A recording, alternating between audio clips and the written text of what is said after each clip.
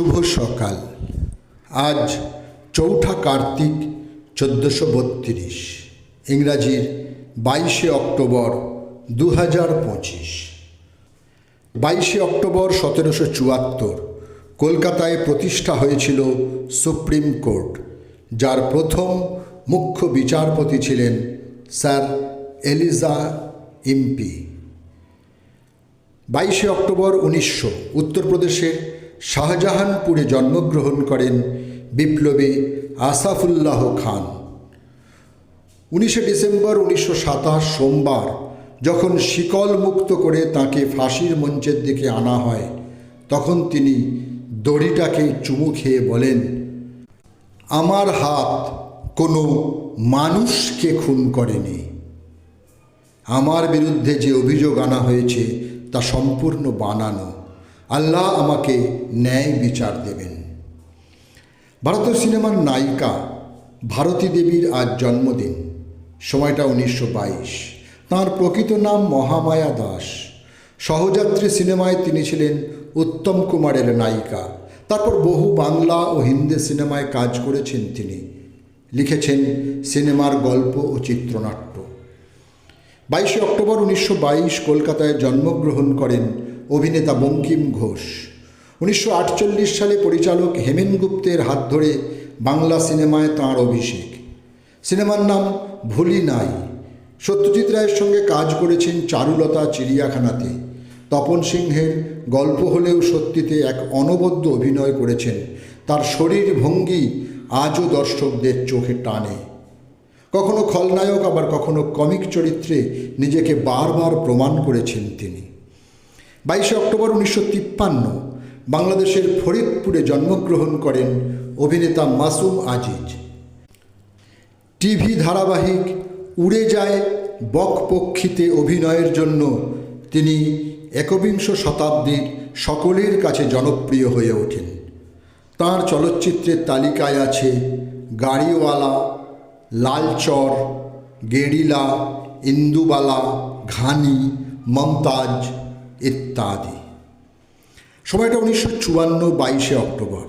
শেষ নিঃশ্বাস ত্যাগ করেন কবি জীবনানন্দ দাশ।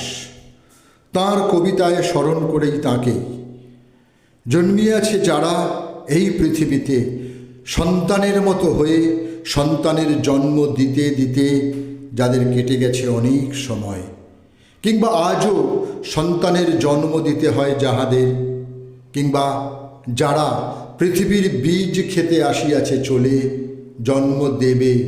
জন্ম দেবে বলে, তাদের হৃদয় আর মাথার মতন আমার হৃদয়ে নাকি, তাহাদের মন আমার মতো নাকি, তবু কেন এমন একাকী, তবু কেন এমন একাকী।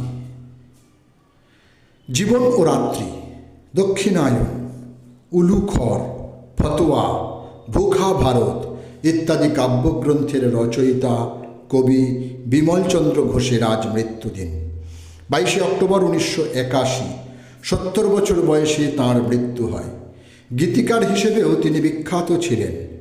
তাঁর লেখা গানগুলো হলো উজ্জ্বল এক ঝাঁক পায়রা সূর্যের রোদ জলে উঠছে, শোনো বন্ধু শোনো প্রাণহীন এই শহরে রীতিকথা, অথবা ঝড় উঠেছে বাউল বাতাস প্রভৃতি। যাযাবর ছদ্মনামের আড়ালে থাকা বিনয় মুখোপাধ্যায়ের আজ প্রয়াণ দিবস। সময়টা 2002, নতুন দিল্লি। দৈনিক যুগান্তর পত্রিকার সাংবাদিকতার কাজ দিয়ে তাঁর কর্মজীবন শুরু। সেখানে শ্রী পথচারী ছদ্মনামে রাজনৈতিক কলমে তিনি লিখতেন। ছোট গল্প, উপন্যাস ও প্রবন্ধ সংকলন মিলিয়ে তাঁর গ্রন্থের সংখ্যা 6 এবং প্রত্যেকটি গ্রন্থই সুরচিত ও সুখপাঠ্য।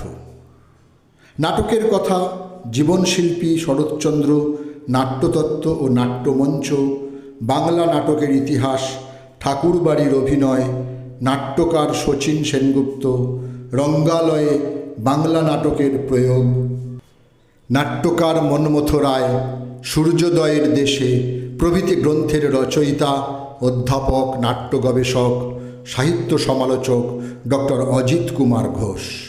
আজ তাঁর প্রয়াণ দিবস। 22শে অক্টোবর 2005 কলকাতায় তিনি শেষ নিঃশ্বাস ত্যাগ করেন। 22শে অক্টোবর 2008 90 বছর বয়সে কলকাতায় শেষ নিঃশ্বাস ত্যাগ করেন প্রখ্যাত ভারতীয় চিত্রশিল্পী পরিতোষ সেন। ছবি আঁকার পাশাপাশি লেখালেখিতেও সিদ্ধহস্ত ছিলেন তিনি। তাঁর লেখা গ্রন্থগুলি হল কিছু শিল্পকথা, আবু সিম্বল, পিকাকো ও অন্যান্য তীর্থ, রংতুলির বাইরে, আমসুন্দরী ও আমরা, জিন্দাবাহার লেন ইত্যাদি।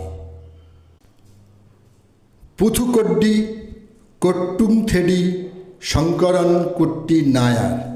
কার্টুনিস্ট জগতে তিনি কুট্টি নামেই পরিচিত। 22শে অক্টোবর 2011 উইসকনসিনের ম্যাসিডনে তিনি ইহলোক ত্যাগ করেন।